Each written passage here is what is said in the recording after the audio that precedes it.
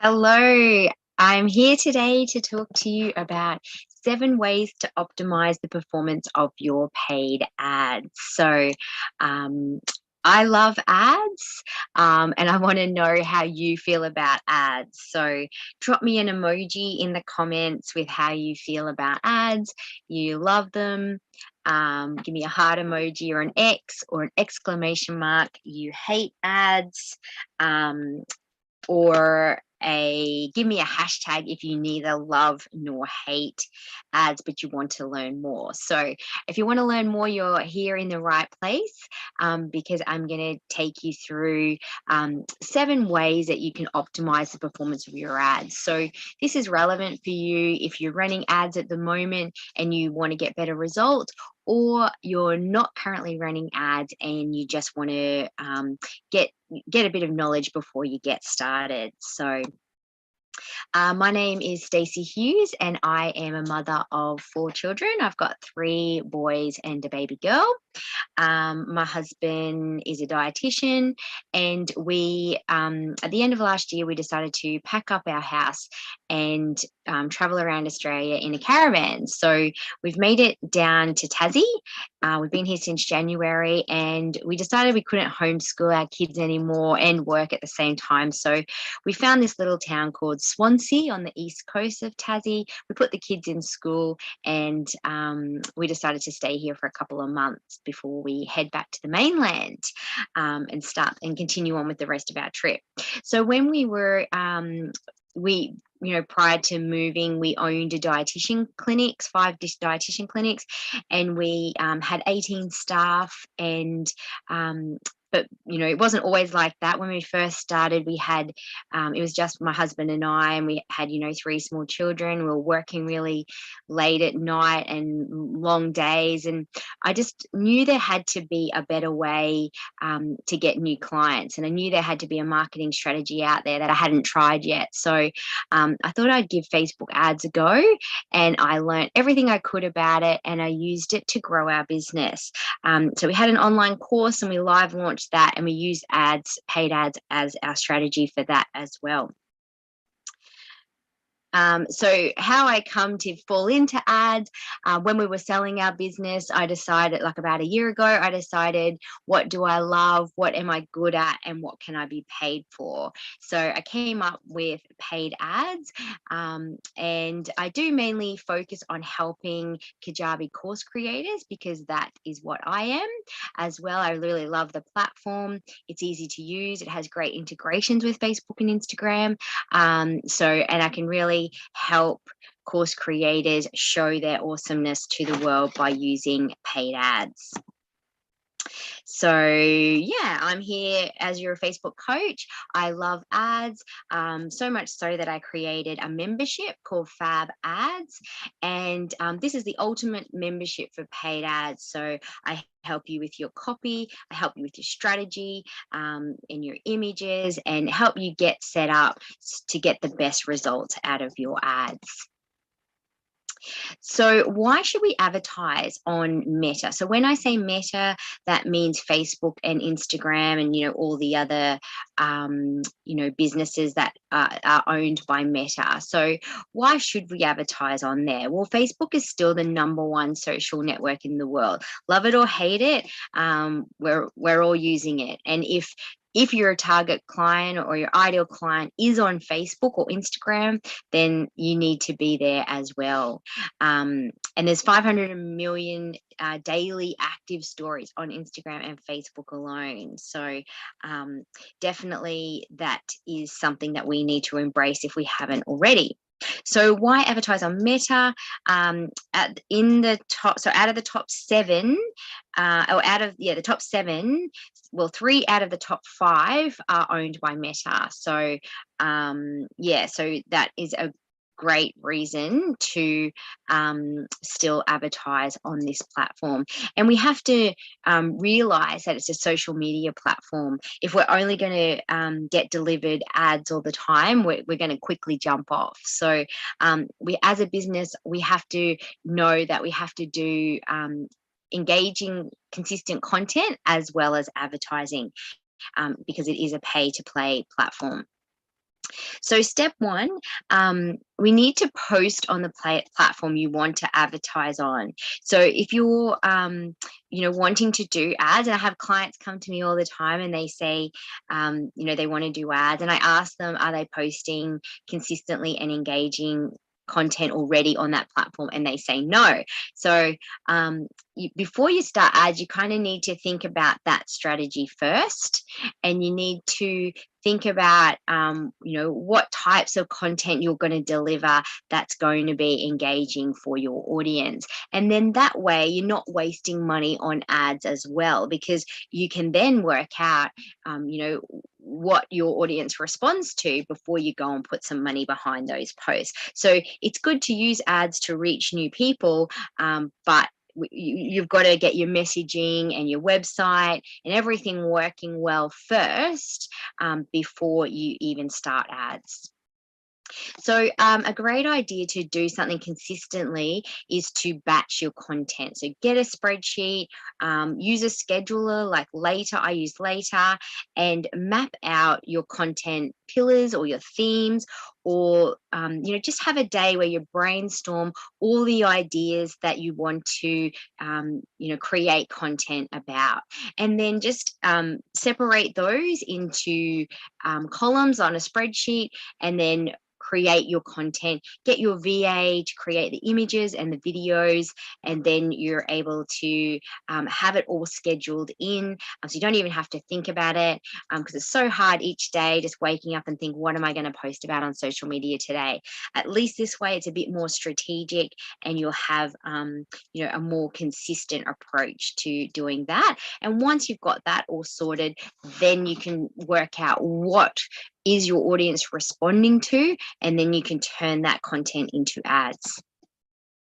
So number 2 is around video. So we know that TikTok is one of Instagram's greatest competitors at the moment. Short form video, everyone loves it. Think about yourself when you're engaging on the platform of Instagram or Facebook. Do you stop and look at videos? Are you engaging with the sound on or off? So how are you looking at the content? And if it is video that you are attracted to, then think about what videos could you create for your products or your services, that you could post on the platform but then turn into ads. So it's a really great way to reach new people, that know, like, and trust factor. You can really connect with them via video, and then you can turn those videos into ads. Or video can be one of the formats that you use in your ad type. So this is an example of a campaign structure.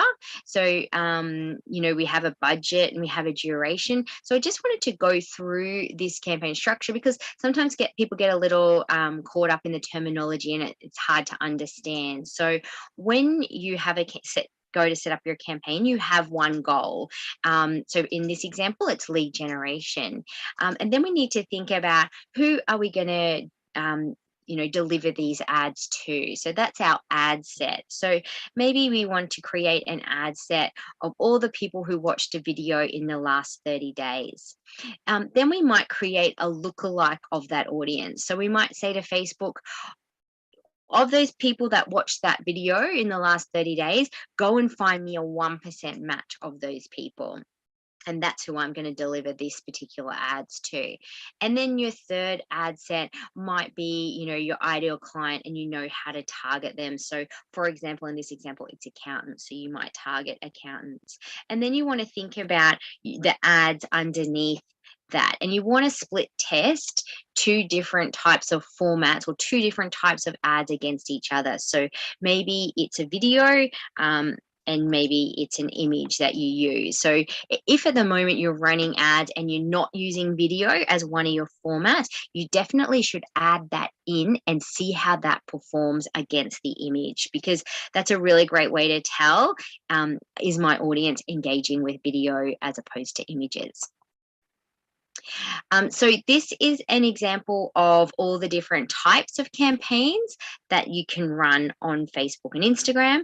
And then I've kind of just aligned them with goals. So yeah, have a think about what your goal is right now. Do you want to grow your database? So a lead generation ad campaign would be a great way to do that. But yeah, there's lots of other different goals there that can align with different campaigns. So everybody wants to go for the conversion, and I'll talk about that next. But so my pro tip here is create a video for your ad. So if you're not doing that now, definitely give that a go.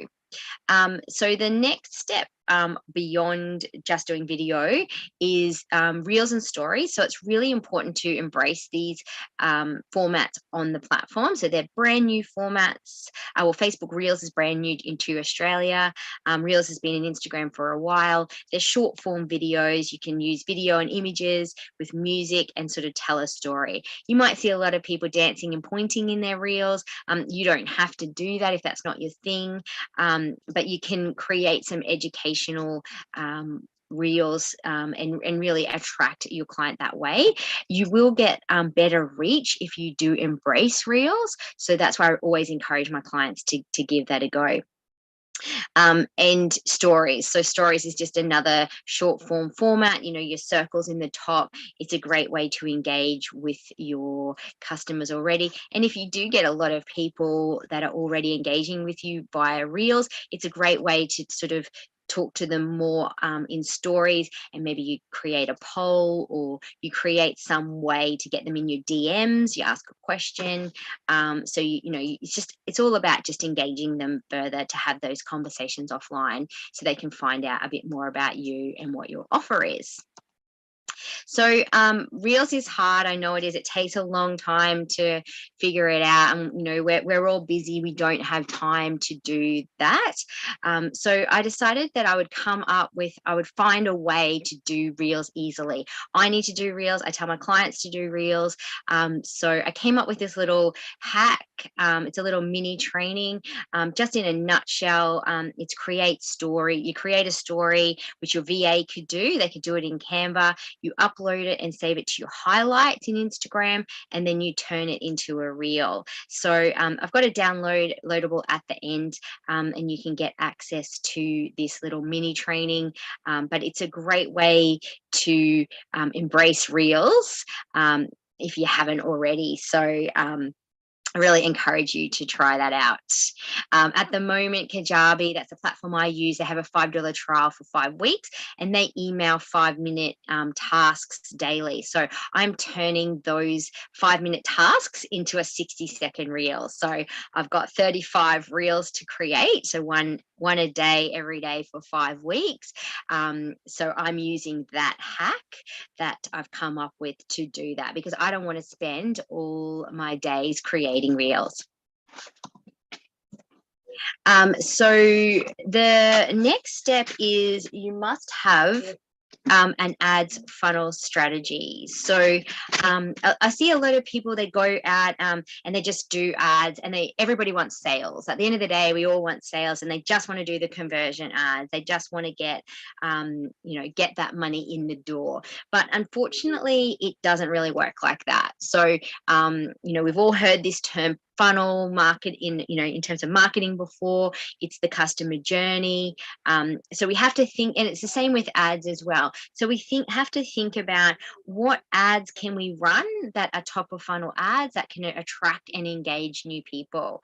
And then in middle of funnel is what freebie can we give them to delight them. So what's our lead magnet, what's something that we can give them of value. And then the bottom, we want to retarget any of those people that have engaged with us in some way, and we want to make them an offer. So that's the ads funnel. This is my ads funnel strategy in a nutshell. This is a kind of strategy that I use for myself and for my clients, and it's what we teach in my membership Fab Ads as well. So you got to think of the bar analogy. You're not going to walk up to someone at the bar and ask to marry them. So you've got to do a bit of legwork in between. You've got to warm them up. You've got to buy them a drink. So you have to think about that in terms of your ad copy as well. So you don't want to go straight in with what your offer is. You want to use your ads to tell a story, tell a bit more about you and what your offer is. So this is my funnel strategy for retargeting. So this is a way to retarget warm people. So, you could do this like they've watched one of your videos. So you could post a video organically on Facebook or Instagram, or you could, do an ad that's a video, and then you want to retarget all the people who've watched that video. In a middle of funnel campaign, you could run a campaign to anyone who's engaged with you on Facebook or Instagram, and then a conversion, they could have been on your sales page. So you deliver an ad to someone who's been on your sales page, initiated checkout, but hasn't purchased. So that's just a bit of an example of how you can use retargeting in a funnel strategy. And so if you aren't doing that now with your ads, with your audiences, I would think about how you can add retargeting into your current campaigns. So this is an example of how to set up retargeting. It's just a very quick video, and I will go through, I've got step-by-step in the end handout as well. So I'll just play that one. So it's create a custom audience. You select video next. Choose what you want to do, how many people viewed your video, and then you want to go and find the video and confirm, and then how long do you want to hold that information for, and then you name your audience so you watched the video. So that's just a really quick video on how you set up a retargeting audience. So you want to set up who watched your video, and then you want to deliver an ad to those people. Oops. Go to the next page. So I have a YouTube training on audiences as well. So goes through all the different types of audiences. It's quite complicated, with all the custom, lookalike, and saved audience terms. But once you get your head around it and experiment it with that a bit, you can really mix up your audiences and really optimize the performance of your ads. So number 5 is have an outreach strategy. So my example here is about LinkedIn, but you can apply this to Facebook and Instagram as well. So it's about going and finding your ideal clients and engaging with their content. So commenting on their posts, if people comment on your posts, it's, you reply to them. So have that two-way conversation. But by commenting on your ideal client, you're, getting yourself in front of them. So I told my husband to do this for LinkedIn. He's got a meal planning app, and there was a post from the CEO of Ubox on LinkedIn, and so Chris commented on his post, and then they ended up talking in the DMs and having a phone call and connecting and maybe working out a way that they can work together. So Chris has had a lot of opportunities that way. So with his meal planning app, he's responds to people who are dietitians or personal trainers. So he goes and finds those people on LinkedIn, he comments on their content, and then if they look him up, he connects with them in the DMs, and then they book a call or whatever. So there's sort of some offline steps as well, but it's all about just getting in front of your right ideal client. So go and find 5 people who are the right fit for you on Instagram and Facebook and start commenting on their posts. so do it on LinkedIn, but you can do it on Facebook and Instagram as well. So go and find those people, and this will help with your ads as well, because it's showing the machine, the algorithm, that these are my right fit clients. These, if it's, dietitians, the dietitians and personal trainers. So these are the types of people that I want to deliver my ads to. So, you're giving signals to the algorithm that that's all working. So number 6 is about messaging. So a lot of times when ads aren't working, I do find that there's a problem with the messaging. So sometimes when you're stuck in your business, it's hard to come up with the right messaging. What are the pain points that you're solving? It's very easy to come up with the features of what our product and services is, but it's a lot harder to come up with those benefits. Like, what is the actual transformation promise that your clients are going to get by purchasing your product or service? So I like to think about this as hook, story, offer. So the hook is your pain point. What problems are you solving? The story is about you. So why are you the best person to solve this problem for them? And then the offer is, what's the next step you want them to take? So have a look at your messaging at the moment and see if you can change it to meet this hook, story, offer format. So this is Chris again. This is his business Mealsy. This post is 3 reasons you're not able to create meal plans for your clients. So these are his problems. They take too long. They're difficult to create. Clients don't want to pay for them. Want an easier solution? Our meal planning app allows you to do it with a few clicks of a button. So it's just addressing the pain points in your copy and why you're the best person to do it. So you can do this with your video as well, but it really can help with your ads performance if you have a look at your messaging and make sure you are talking to your ideal clients' problems and how you can solve them.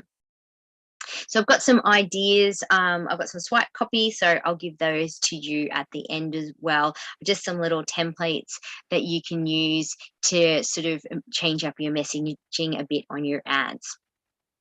So number 7 is about know your numbers. So this is about a lot of questions I get asked is, how much is a good budget, or how much should I spend, or is this lead cost too high or is it too low? And the answer to this is it depends. So there's a lot of factors that come into play when your ads performance is worked out, and it's to do with the industry you're in, how competitive it is, and all those types of things. So it's about knowing your numbers, knowing how much you can spend and what kind of the end goal of your campaign is, and then so how much you want to spend to get to that conversion. So it is something that you do have to track. It's just like everything in marketing. You need to track the results and then make decisions based on those results. So here's a client of mine, Kim, Everyday Strategy. So she was running lead generation ads in February, and her cost per result was $2.26. So she got 262 leads from a $592 ad spend. So she kept asking me, is this a good result? And I said, well, you won't know that until you know what action those leads take. So I like to think of these more like prospects. So they're not actually leads until they take the next step with you. So we did a little table up for her. So this was her ad spend. So this is how many people downloaded her freebie, and that was her cost per lead. But then how many people from that downloaded her freebie, she then emailed them about booking a call, and 12 people in the month booked a call with her from the 262. So her actual lead cost was $49.33 because we divide the 12 by the total ad spend. But then from those 12 calls that she booked, she got $29.33 $100,000 in sales. So her return on ad spend was nearly 49. So that means for every dollar she spent, she got 49 back. So think about that, like if you're going to put a dollar on a horse, if you know you're going to get $49 back, then you're probably going to do it. So in that case, this ad spend is worth it because it's getting that return on investment. But you have to track all this. You wouldn't know this if you didn't track these results. So that's why I recommend you have to follow the steps that the people take after after your ads are run. So you see, this is another client, Jamie Abbott. She has a speaking business, and she has a paid to speak checklist. So she has, in this month of April, she got 105 leads at a lead cost of $4.73. So Jamie then sells a $15 ebook as well to the people who downloaded the free checklist. So she actually, for the month of April, has received $240 in income. So she has offset 50% of her ad costs so far, just by selling a really low cost item to the people who she purchased with leads. So think about that with your strategy as well. Like, do you have something low cost that you could sell that could offset the cost of your ads to get new people? They sort of get more familiar with you, and then they're going to be able to buy something. Then they're going to be willing to spend more money with you in the end, or for a higher priced offer. So I've got a little calculator that I'm going to give you access to. So really think about tracking your numbers here, and using those numbers to make further decisions for how your ads are performing. So I just wanted to end on this, that if you've run ads before and you were really disappointed with the results, just know that there was nothing lost really. You didn't really waste your money, because it's all data at the end of the day. So you can now go and create audiences from that data that you've collected. So maybe you didn't have a good strategy in place. Maybe you just went for the conversion and that didn't happen, but you've still collected data. Maybe you've run videos that people still watched. So you could create audiences from that and then send them another offer, or send them your freebie, or get them on your database, or do something else with that data and just see how that performs as well. So this is all things that we talk about any questions. So I'll just stop that. But yeah, this is all we talk about in Fab Ads in my membership. So we go, you've got access to my online course where you can develop your own paid ad strategy. I'm active in the group, so you get to ask me questions about your strategy. And then there's all action cards on you setting up that strategy yourself, or you could train someone in your team to do it. And then you always have me available to answer questions. We jump on Zoom fortnightly, so you can come along and share your screen, and we can look at the results, and I can give you some advice around those as well. So if that's something you want to explore a bit further, I'll drop a link here for that one as well. So that's my membership, Fab Ads. Thank you all for joining me today. I'll just stop the share now and answer any further questions. But if you'd like to contact me, I'm staceyhughes.co on Instagram or Facebook. Thanks, and have a great day.